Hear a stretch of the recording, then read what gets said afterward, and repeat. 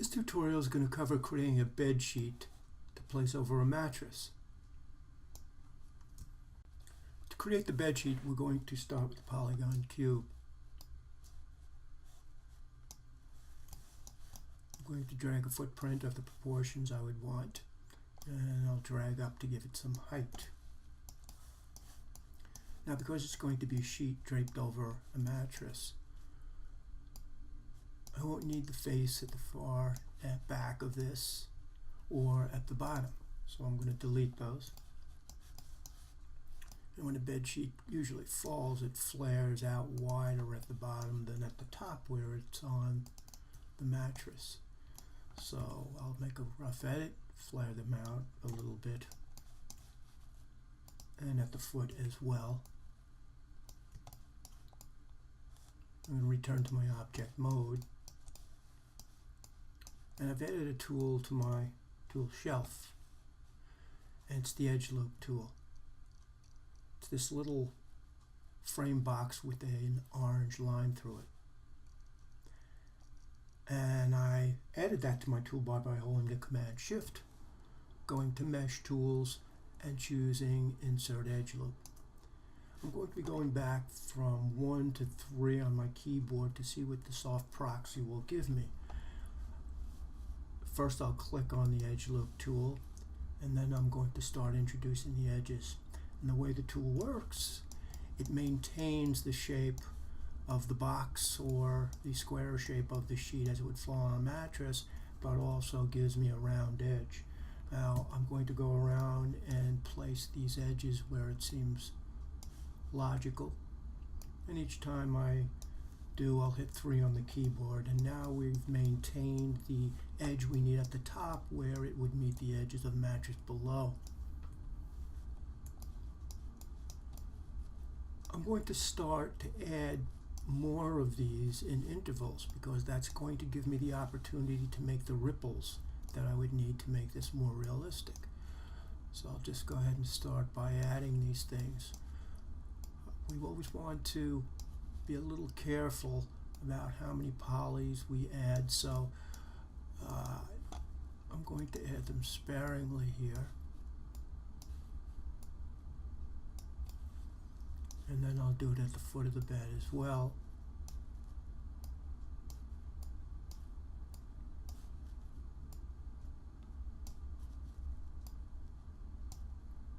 I'm trying to maintain the distance between the lines pretty equally, so it'll be easier if I was going to texture map to get the textures.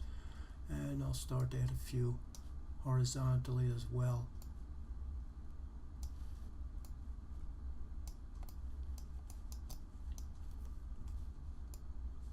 I'll return to the object mode, and now I'm going to begin to model the ripples that would be around the perimeter of this if we're falling down towards the floor. I'll right click, choose vertex, and I'm just going to randomly start to drag these. Gets pretty subjective at this point, but I'm going to use the soft select. So I'm going to hit B on the keyboard, and I'm going to see these color lines that radiate from the vertices. The colors become darker as they fall away from the actual selected vertices.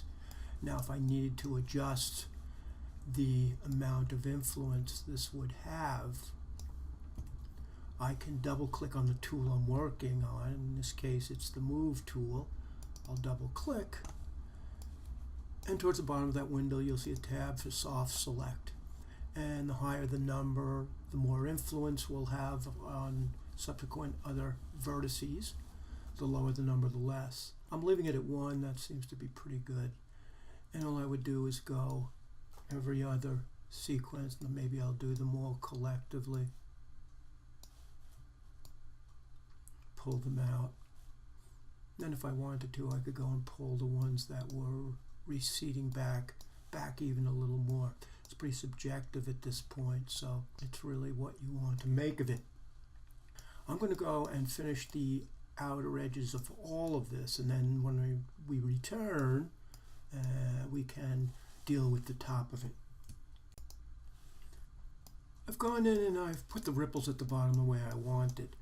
Because we're working in three-dimensional space, you'll see if we put this rather orthographically in a side view that they are also going up and down as well as in and out. So you want to take advantage of the 3D space.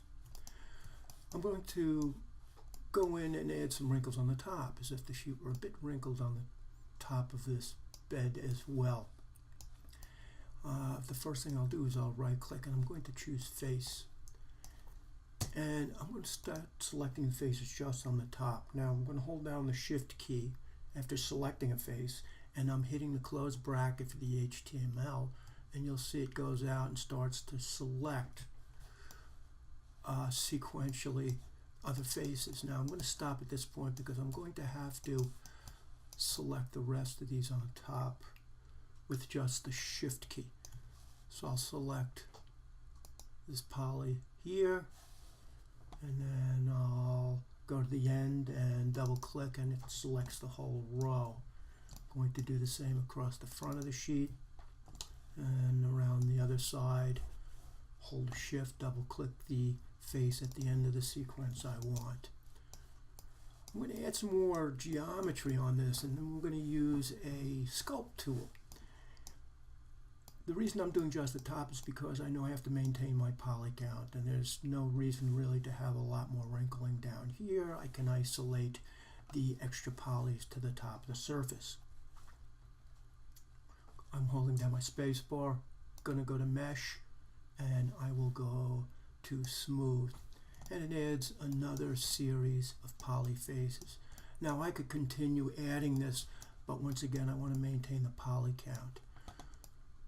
I'm going to return to the object mode, and then I'm going to add another tool to my toolbar.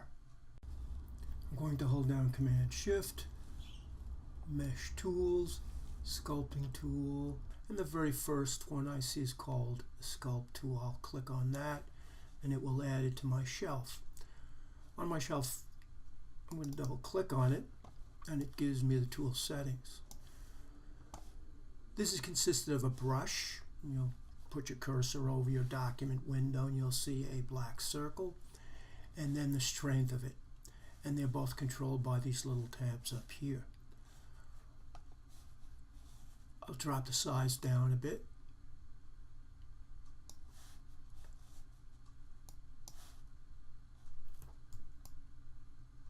And then if I drag through, I'll adjust the size of the brush and the strength. At this point you want to play around with this to get what you might want. So the smaller the brush and the higher or lower the strength will give you a more pronounced wrinkle. Very often I'll start out with the strength very low because you can always work one area continually and build it up to get what you might want. I'm going to continue to work on this, and when we come back we'll take a look at what we've got. I've gone in and I've added some wrinkles to the top of the bed sheet, and one here is a little too pronounced, so I want to control that and minimize it and reduce it. I'll hold down Command Shift, I'll go to Mesh Tools, Sculpting Tool, and I'm going to get the Smooth tool. And the same tool setting is up, only it's to relax this. And the same functions are available there. The size of the brush and the strength. And depending on how you use it, you can go back and reduce where perhaps you might have added a little too much. And that's pretty much how you would do it. The next thing would be a texture map, and we'll cover that in a separate tutorial.